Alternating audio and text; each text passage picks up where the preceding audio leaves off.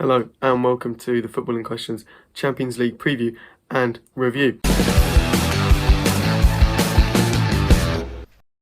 So, we're going to start off by reviewing the games that have just taken place last week of the round of 16. So, the first leg of the round of 16, the first half of it really.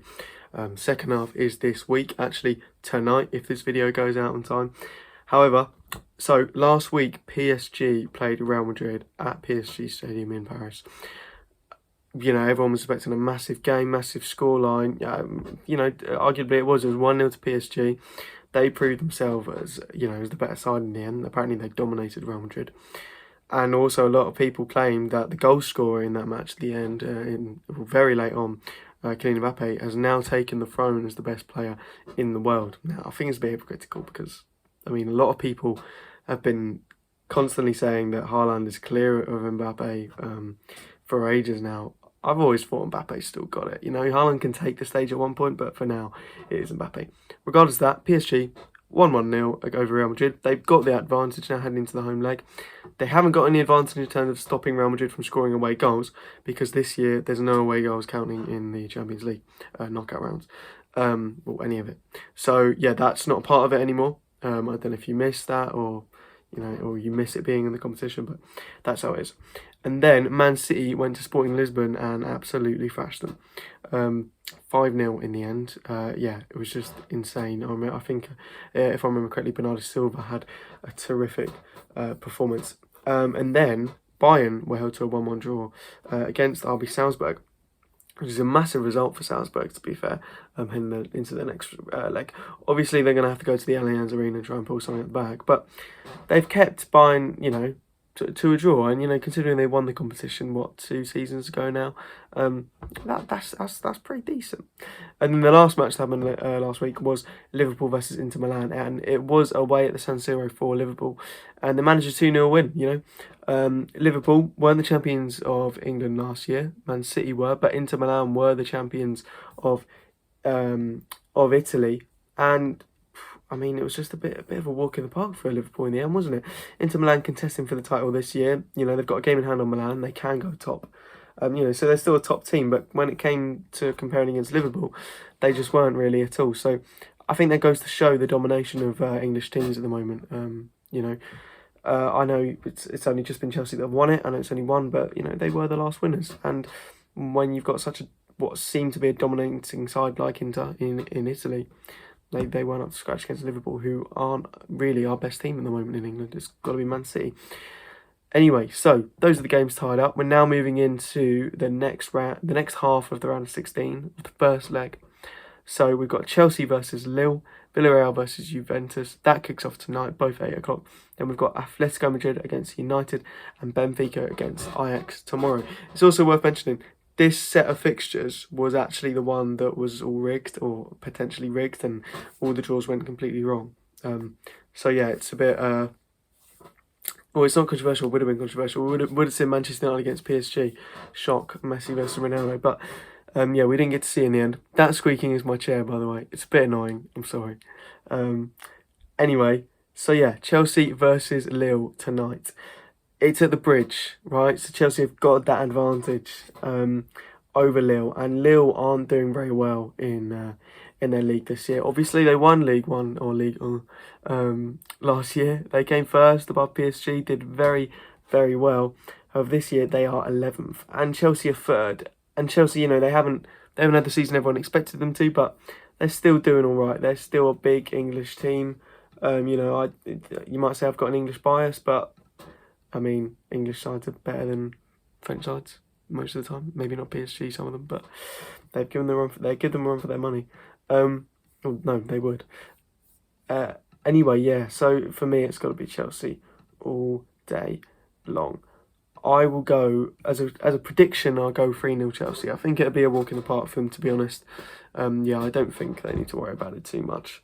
They've got the second leg anyway, but still, it's going to be a comfortable advantage for Chelsea. Anyway, moving on now. We've now got Villarreal versus Juventus. Now, Villarreal, they're kind of doing what they always do in Liga. Well, kind of. They're 6th, basically, in a nutshell. they're having a decent season. Obviously, they won the Europa League last year, but they're facing Juventus, who are a big team. They're definitely better than Villarreal. But although a lot of people from who might not know about a lot about Italy would just assume Italy having an off couple of years, they are still fourth. They're not exactly in the title race, but they're fourth and they're doing all right. They come off the back of a 1-1 draw against Torino, which isn't the best of form, but Villarreal are on strong form actually. They've just beaten Granada 4-1 away from home, so they'll be coming into this match confident. Obviously, Unai Emery's still at the wheel over there. But I just think it's going to be Juventus. I think Vlahovic is going to be on fire. I can see a 2-0 victory for Juventus away to Villarreal. Yeah. I think that's what I'm going to go with. So, up next is Atletico Madrid versus Manchester United. Obviously, Atletico Madrid, they knocked out Liverpool a few years ago. They've been in a few finals over the last decade. Haven't managed to win it yet. Recently, sorry. But I think they do stand a chance against Manchester United. Manchester United are fourth in the league right now in the Premier League. They're doing decently, considering everyone's saying that Manchester United are having a dreadful season. They are still fourth. They are still in with a fight of top four.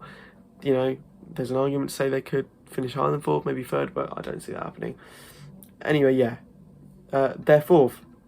However, Atletico Madrid aren't having the best of seasons in the league also. They won the league last year, did very well in that respect. They did win the league last year. Just making sure. Don't look like a mug. This year they're fifth though. They got beaten by Barcelona a couple of weeks back, and recently they beat Osasuna 3-0 away from home. So they've done well recently. Manchester United obviously beating Leeds 4-2. So both of them are coming in with a bit of good form. Ronaldo is the fifth top goal scorer in the Champions League at the moment on 6. Don't see any Atletico Madrid players in there in terms of noticeable stats. I might be wrong. I don't know with this one. It's tricky. Atletico Madrid have got the first leg out their home ground, but I don't know whether it's. I don't know. Atletico Madrid are obviously quite famous for playing that very defensive, quite boring, very hard working though football under Diego Simeone, whereas Rangnick is his teams play hard working football, but I think the goal is to attack, get the most of the goal of the season's got to be to get the most out of that really impressive squad that Manchester United have got. I'm going to go with United, to be honest. I think they've got it. Ronaldo's, he's been Atletico Madrid's bogey player. I'm not sure if that's the right term, but he's been the player that's knocked them out a lot over the last decade of the Champions League. I'm going to give it to United, and I'm going to give them a 3-0 win. All been clean sheets so far, quite boring, quite basic predictions, but yeah. Manchester United 3, Atletico Madrid 0 is my prediction. That's tomorrow night. The last game of this leg, which is also tomorrow night, is Benfica versus Ajax. So Ajax are dominating the Eredivisie, as per usual. They're first, head of PSV by 5 points, whereas Benfica are third, and they are way off the league leaders Porto, 12 points behind Porto, to be exact. But Ajax are doing well. I think Ajax will do it because Ajax have been playing well in the Champions League this season. Sebastian Haller has scored 10 goals, the most in the competition so far this season. And also, Anthony is second for assists in the Champions League. He's got 5, which is above Mbappe, Sane, Bellingham, Vinicius Jr., just behind Bruno Fernandes. But Haller's above names like Salah, Lewandowski, and Cuckoo, Mahrez, Ronaldo. Haller, it also says here, Haller has had the third most shots on target in the competition. So they've obviously got a knack for it this year. It wasn't too long ago that Ajax got to the semi-final, was it? Everyone wanted to get into the final against Barcelona. It would have been great. It would have been the Johan Cruyff final, but Tottenham and Liverpool had to go and ruin it, didn't they? Anyway, back to the prediction: Benfica versus Ajax. So Ajax all day for me. The first leg is at Benfica's ground, but I still think Ajax have got it in them. But I feel like it's just going to be one of those close games. And I'm going to go 3-2 to Ajax. And I think Haller will get on the score sheet. What an out there prediction. Yeah, so anyway, obviously all these teams got to play each other again. So, you know, whether any of these scorelines matter will obviously be apparent over tonight and tomorrow. I think Man City's is mad. Sporting aren't getting anything else out of that match. Man City are definitely through to the next round. Maybe double digits on aggregate, actually. Anyway, that has been the Footballing Questions Champions League review and preview for the upcoming games. I hope you've enjoyed. Hope you enjoyed the games tonight and tomorrow. And yeah, have a good week. Socials are in the description.